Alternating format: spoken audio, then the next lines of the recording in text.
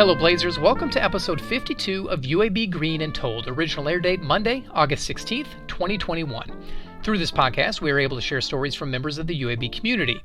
You can listen into all of our episodes on Spotify and the Apple Podcast app. While you're there, I'd love for you to leave a written review so we can reach more alumni. I'm Greg Berry, a UAB alum and Assistant Director in the Office of Alumni Affairs.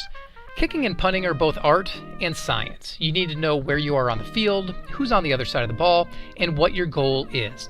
This week, we welcome former UAB kicker Ty Long to the podcast. Ty has been taking all of that in, week by week, game by game, for as long as he can remember. My mom has a picture of when I was 2 years old, taking the cardboard and the toilet paper and putting that on the ground and putting a football in it and kicking it. And Ty will explain his professional journey, one that includes getting cut multiple times and the drive to be the best.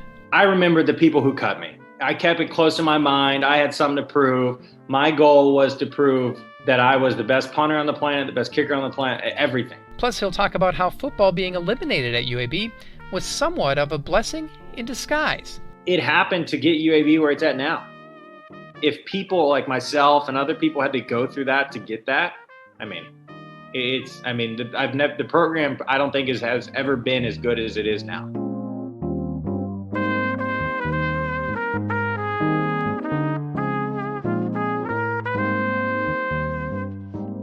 There's a bit of irony in Ty Long's last name. His journey to the NFL was just that, long. But before making his NFL debut or even launching his first kick in the Canadian Football League, Ty started playing football at an early age as a kid growing up outside Atlanta, Georgia. Did flag football from 5 to 7 and 8 years old. We were getting smoked out there. I remember being terrified of the Oklahoma drill because I was small as a kid. I was just getting crushed by some of the older guys. So. But yeah, 8 years old was the first time I had tackle football. Loved it, it's fun. When you first played tackle football, what position were you? Because at that point, 8 years old, there's not any kicking at that point. There was for me. Oh, there was? Yeah, I was the only guy. I kicked and played quarterback. Okay. So my dad, to give a little context, my mom has a picture of when I was 2 years old, taking the cardboard and the toilet paper and putting that on the ground and putting a football in it and kicking it. Wasn't taught to me, it just happened, but yeah, back then I kicked. My dad had me out there, put me through game-winning situations since I was 7 years old. 8 years old, I was punter, kicker, quarterback, whole deal, so it's a lot of fun. Growing up, what kind of football player were you? Were you the star athlete on the team? I remember they didn't start me. I kicked, I was the only kicker and punter, but I can remember at a young age, I wasn't the cool kid. I wasn't I was the kid who got picked on, and then so on and so forth. I remember all the soccer players would try to come out and take my job every year. I can vaguely see that right now, so I was a good player. I've always been very talented when it came to kicking and punting, but I was nothing crazy. I had talent, but it wasn't like, oh my God, this guy's going to the NFL. You know what I mean? You didn't know that at the 8, 9, 10 years old, but at least I didn't think that. So what part of kicking and punting kind of drew you to those two aspects of the football game? Because there aren't a lot of people that sit there and say, I'm going to be the next Reggie Roby or, somebody like that. It's something that I've done this. I've kicked and punted, let's just say since I was 2 years old, but actually since I was 8 years old. I'm 20 years. You can never perfect it. You're always pushing to try to get as best as you can at it. And that goes for the quarterback position, this and that. But it at a young age, it drew me into something that it was just it was such a challenge to try to get as good as you can on a consistent basis.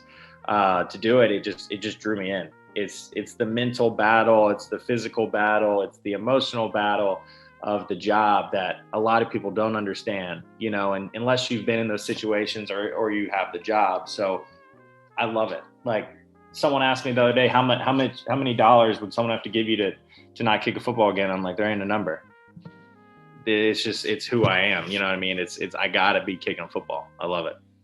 As a kid, how do you overcome the challenges of having a lot of pressure on you as a kicker? Because let's face it, there can be a lot put on a kid. Yeah, no, my dad from a young age put me in like on the field. It would just be me and him, game winning kick, 2 seconds to go, down one, and it's crazy because I ended up having a game winning kick my senior year of high school. It was a 53-yard left hash field goal, first round of the playoffs, down one, 2 seconds to go. And I remember I can still hear it.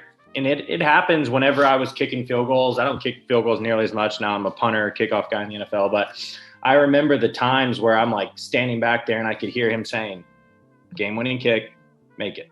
You know what I mean? Like and he trained me from a mental aspect at such a young age that I'm sure some parents would probably be like, this guy's crazy. You know what I mean? But he challenged me every day I was out there. And I mean, it was tough when I was a kid, but I am who I am today because of it. You mentioned having a talent when it comes to kicking and punting. When did you realize that you had something special and that you could do this at a high level? My sophomore year of college, I knew I could do it in the NFL. My freshman year, I made a lot of kicks. I ended up being a freshman All-American, which I thought was unreal, like that I was able to do that, but going into my sophomore year is when everything sort of started clicking to where I was like, all right, I can do this at the next level, and I always worked on punting. My dad always told me the more you can do, you know what I mean? If the more you can do is just, if someone's going to take one guy who can just kick and you do just as good or even better, but you can do more, they're going to go with the guy who can do more. So I've always worked on everything. Had that mindset of pushing the envelope. How good can you get at all three, and that's always been my goal. So at what point of the high school career did you focus just on kicking and punting? Freshman year. Go about midway through probably my freshman year, it was like, all right, you're going to like, and my high school had 5 or 6 kickers go D1 before me, probably, or 4 to 5. Yeah. Richie Leone, who plays in the CFL. And he was like the punter of the decade, from the year 2000, 2010, I was behind him, so there has just been so many guys who laid the foundation before me. So it allowed, so when the staff had seen me come up, they're like, oh, we've dealt with this before. We're going to make you a punter kicker, and this is what you're going to work on. And then we all trained together and all that. It was good. Were you playing quarterback all the way until that point? I played quarterback until like my freshman year, and I was pretty good. But we had a guy, one of my buddies, who was a lot better than me. He was the starter, and I was the backup. I was a backup my freshman year, and then once I knew I wasn't going to be a college quarterback, I was like, I'm just going to focus on kicking. When you realized that you could potentially parlay this into a college career and then professionally down the road, what went through your mind in the college selection process? What were you looking for? I was looking for an opportunity. Like, I had a lot of schools offer me walk-on positions, but no one was really offering me a scholarship until South Alabama did. And I committed to South more so because it was all I had at the time. And they were threatening to pull the offer if I didn't commit. And so I committed to South. I was actually a lot of people don't know this story, and I'm not going to name the coach, but I actually reached out to UAB, and it wasn't the head coach, but it was a coach at UAB under the Callaway staff. And they had reached back and said they weren't interested because a girl at the time that I was friends with, her family went to South Alabama and they went to UAB. And they told me, hey, you should send a letter to UAB. And I was getting recruited by Alabama and Auburn for walk-on positions and so on. So I was like, yeah, okay. And they reached back and they're like, yeah, we're not interested. And then 2 months later, another coach from UAB reached out and offered me. I don't know if many people know that story, actually. So it was pretty interesting. So what was it about UAB that you wanted to be here as opposed to South, who kind of had stuck with you this entire time? Something about Birmingham. I don't know. I really enjoyed the visit. I enjoyed the guys on the team. I enjoyed the whole process of when I was here. I mean, and they were telling me what it was gonna be. And I saw that. At least I thought I did. And I just liked it a lot. And it felt like home rather than when I was at South. I wasn't a big fan of the Mobile area. I like it, but Birmingham was more of a home. What was UAB like when you got on campus and started those summer practices going into fall? Not like it is now. It was shell shocking. You know, it was a big, eyes wide open, 18-year-old coming in here, and yeah, it was a crazy experience. It was a growing up stage, you know, and it was hard. I just remember how hard it was. It was a lot of fun though. It's the one thing I remember how difficult it was, but it was so much fun, you know, moving in the dorms, living with all my friends, you know, out of the house out from mom and dad, you know. So I just remember how difficult it was, but it was a lot of fun. You come to UAB and you get on the field right away, and your name is littered in the record book for different kicking aspects, different kicking records. What kind of led to all that success? What do you think was the backbone of all of that for you? Hard work. And I know that is the easiest answer, but I can say this. Me and Hunter Mullins, obviously a great punter at UAB, this and that. I got to be around guys like that helped me succeed. I mean, I can't tell you how many times that on a Friday night, a Saturday night, when a lot of people are partying or this or that, me and Hunter would be at the field working. You know, I mean, so many nights, you know, and to the points where the cops would come out there because we had the lights on and they're like, who's out here, you know? And, you know, that was the one thing. I always thought I was pretty good, but I knew if I worked harder than everyone else, I thought I would have a chance. At the end of the day, if you put in the work, I feel like it's going to follow, you know? So for me, that's what I think. And that's the same foundation I try to use to this day. How many kicks were you doing every day during those late night practices? Because, I mean, obviously it's repetition. It's kind of like baseball where you put it on tee and you just keep hitting. So kicking's got to be the same thing. Yeah. I mean, probably too many. Probably too many if I look back at it.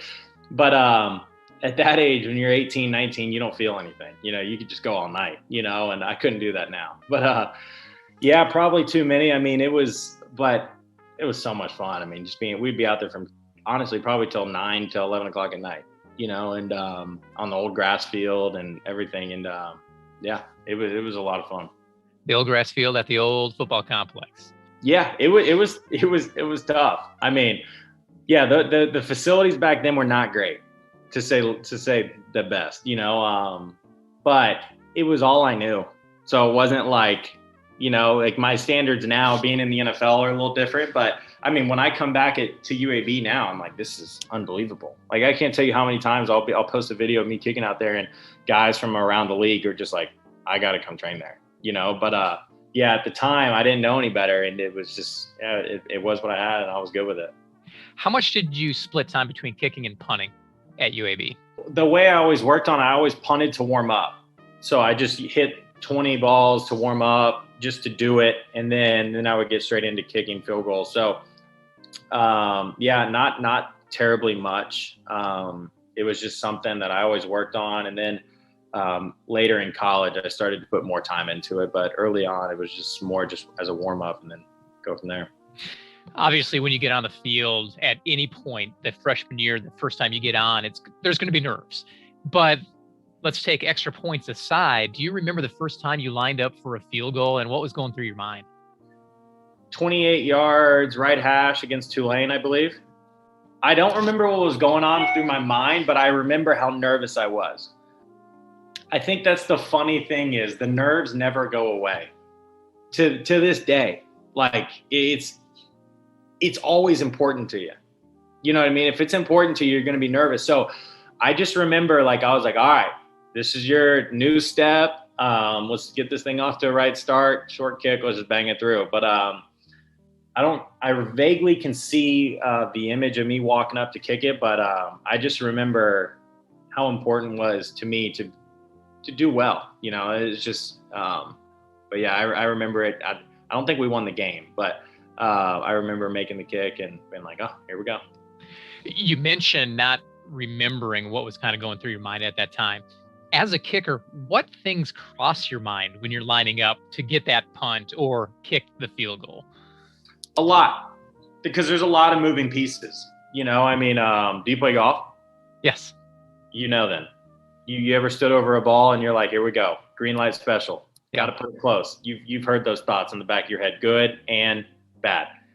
Same thing that happens to punters and kickers, but that's where the mental toughness and the focus comes in, to where you focus on that situation and what you got to do and go. Because when you go to actually kick the ball, you're not thinking, oh, this is what I got to do to kick the ball. That comes second nature. I've done it so many times. You're just sort of looking at the situation. As a punter in the NFL, it's crazy because you'll get different looks. You could get a 5-man box over here, 3-man box over, or 5 and 3. So you're punting to the 3-man side. There's just a lot more mental stuff going on as a punter. As a kicker, you get back there, you're evaluating the situation, you're evaluating the wind, finding a spot you want to hit at it, going through your routine, and then going and kicking the ball. I mean, nobody thinks of all of that for a kicker. They think, hey, line up, boot, done. Yeah. It's just, at the end of the day, when you're trying to be as precise as you can be, you got to be precise in everything you do. So it's like I said earlier, people love to say they know, but they don't know. You know what I mean? And it's one of those jobs that if someone's been in the fire, they got their respect for you, because they also know what it's like. Did you ever think you'd have as good of a career at UAB as you actually had? Because you're on top of the field goal record for most field goals career, most extra points in a career. So you are right at the top of everybody that's come. No, I'm not saying I didn't. I just never thought about it. I just took it year by year and said, all right, this is what I did this year. Let me beat it. I got to beat it. And that was just my goal every single year, was just try to beat the numbers I beat before. And then from then, it was just like, whatever happened. I mean, wherever you go, you want to be the best, but it was never like, I'm like, all right, I'm going to do this. It's just when I got done about midway through my senior year, I was like, oh, I got a few records here, so I was like, that's pretty cool. But my main goal every year was just be better than I was the year before. Let's talk about that senior season. You guys were bowl eligible. Mm-hmm. You didn't play in a bowl because football was eliminated at that time. How difficult was that for you? A, not to play in a bowl game your senior season, even though you guys qualified, and B, just the total elimination of the football program. It was a weird experience. It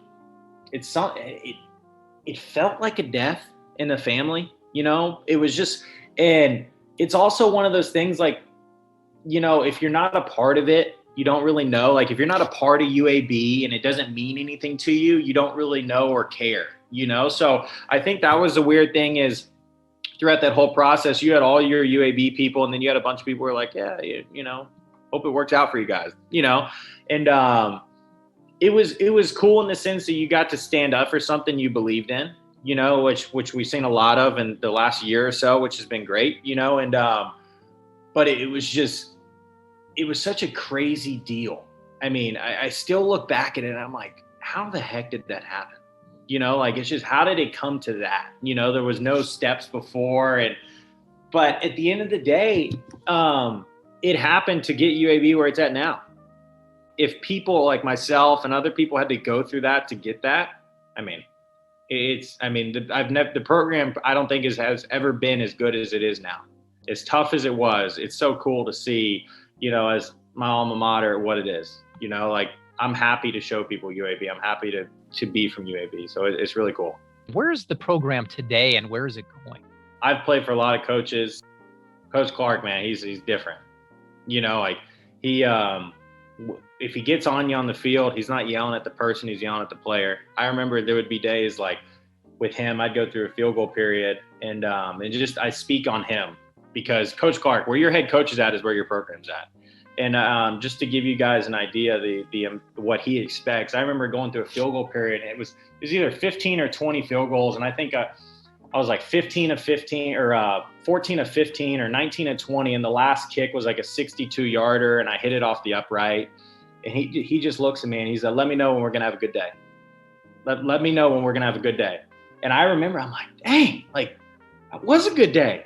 But what I didn't know at the time was what I know now, is that level of perfection. He demanded it every day. And I remember when I was going through that, because I was like, dang, this is what it takes to be elite. You got to expect perfection out of yourself every single day. That should be the goal. And when you have a guy like that who's running your program, you're in a good spot, and where UAB is now with the new stadium coming in and this and that. I mean, there's so many big things about to happen. I think it's going to be really cool for Birmingham, the city of Birmingham too. I got a lot of it's on the upswing. With how hard Coach Clark was on you in those instances that you talk about, how much did that prepare you for the CFL and then the NFL?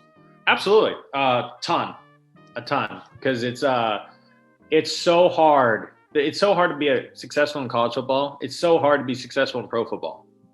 And that mindset of getting me to think like that has got me to where I am now. It's because every time I step on the field, every time, if it's practice, if it's a walkthrough, if it's a game, I expect to be the best on the planet every time I'm there. There's no ifs, ands, buts about it. That's my expectations every single day. And once I started thinking like that, it's crazy how much harder you work. It's crazy how much more you focus. It's crazy how much more detailed oriented you are. And it really has helped me to get me where I am now. Your journey after UAB was kind of lengthy to get back to the U.S. and to the NFL. Redskins, Steelers didn't work out, but you found yourself with the BC Lions. Talk about that experience, because you were doing multiple things at that point. I mean, you're kicking off, field goals, and punting. So there was a lot on your shoulder at that point. Richie Leone, who's the guy I said I went to high school with earlier, he was in BC before I did. He just finished his 2 years up there, signed with the Arizona Cardinals, called BC, and he's like, I got a guy. Like, this guy can do everything. They brought me in as a camp leg. They signed me and then signed Swayze Waters, UAB legend, and great kicker from UAB, great friend of mine. So I signed up there and BC, and I was like, they tell me I'm a camp guy, so that means I'm going to get cut in 3 weeks. But I ended up getting an opportunity for a few days, and I ran with it and played 2 years. So much fun, challenging, but it was a lot of fun. And I got to come back down here and had some opportunities, and got to choose where I wanted to come. And LA was such a great fit. With British Columbia, the numbers were ginormous. You were player of the week, player of the year, this and that. Was it always the goal to get back to the NFL and not just be a great player in the CFL? I remember the people who cut me. I kept it close to my mind. I had something to prove. My goal was to prove that I was the best punter on the planet, the best kicker on the planet, everything, and I loved it in the CFL, and I'm very thankful for the CFL, but my goal was to get back to the NFL because I had something to prove. To the people who told me no, I wanted to show them. You have the routine where you punt and then you start kicking with place kicking, is what you had referred to earlier. So in high school, you did both, kicking and punting. College, you kicked. Up in Canada, you did both. And now you're just punting. So you've seen it all in the progression. Yeah. How difficult is it to move from kicking to punting to place kicking to kicking to punting to place kicking? It's been a crazy process. I'm still learning as a punter. I think that's the one thing that, like, some guys have been punting now. Like, I've punted, but not in games for so long. So, like, there are certain situations I'm like, I've learned over the last 3 years, 4 years. And it's been a whirlwind in that sense, but it's been cool to see both sides of it, because I remember being the kicker for the game winners. And then the pressure is completely different as a holder for game winners. And then the pressure is different as a punter, in different situations when you're backed up late in the game, 10-man box, they're bringing the house, like that whole situation is completely different. So it's been a crazy process just adjusting to all that. But it's fun. It keeps you on your toes. I feel like I'm always learning something, it's like the job doesn't get old because I'm learning new things every day about it. So with the LA Chargers, what was the moment you knew, you know what, I belong in the NFL? I'm here. I knew I belonged going in my second year in the CFL. Yeah, I what the numbers I was putting up my second year in the CFL. I was like, if I was doing this in the NFL, the numbers I put up, were stupid, and it was crazy. It was a crazy time. I look back at it and I was just like, wow. I was just in the moment. I didn't even think about it. Believe it or not, in the time, me trying to be a perfectionist, it was not good. Like I was like, no, not there yet, not there yet. So, but yeah, going into my second year in the CFL, I knew I belonged. What is the difference between the level of performance you can have at UAB in Division I, the CFL, and then with the Chargers in the NFL? I think the biggest thing is the mental focus. I tell people, if you were to watch an NFL kicker take his steps back, watch his whole process, watch an NFL kicker from a college kicker to a high school kicker, you'll see how much more focused they are.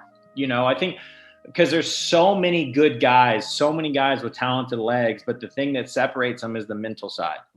Who's able to be mentally tough, who's able to push through the tough times. And because being a professional athlete isn't about being perfect every day.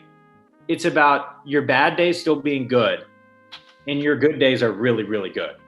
And it's because it's on the days where you're trying to find it, you're able to. That's where some guys struggle, is they aren't able to make the little adjustments. They aren't able to make the mental adjustments or the physical adjustments, and that's the one thing you'll notice about these guys who play so long at any position. It's the mental side. That's what separates it. You've done both, kicking or punting. What do you prefer? I don't care. I like them both. Like I really could. Like I love kicking field goals. I think punting is a little easier on the body, but they both are so fun in their own way, meaning the situations and so on and so forth. Like I loved hitting big time kicks at away stadiums. I loved like quieting the crowd. Like that was something I like fed off of, and I get chills talking about it. As the punter, you don't get too many of those opportunities, but taking the momentum from the other team and giving it to your team is something really cool too. And they both are so different but similar in the same. As of right now, I'm a punter and kickoff guy, so that's what I love to do. Where do you want to be in 10 to 15 years? It's a great question. Playing a lot of golf with my kids. I'd love to play in the NFL for another 8 to 10 years. And after that, yeah, we'd love to be coaching some kids, mentoring some kids, playing golf, and helping however I can. It's something I really enjoy coaching, and I just feel like I have a lot of knowledge that I can share, So we love it here in Birmingham. I would assume we're going to be living here. We just bought a house here in Hoover, so we're big on that. But that's what I would assume, yeah. Coaching and playing golf, that's what I'd like to do.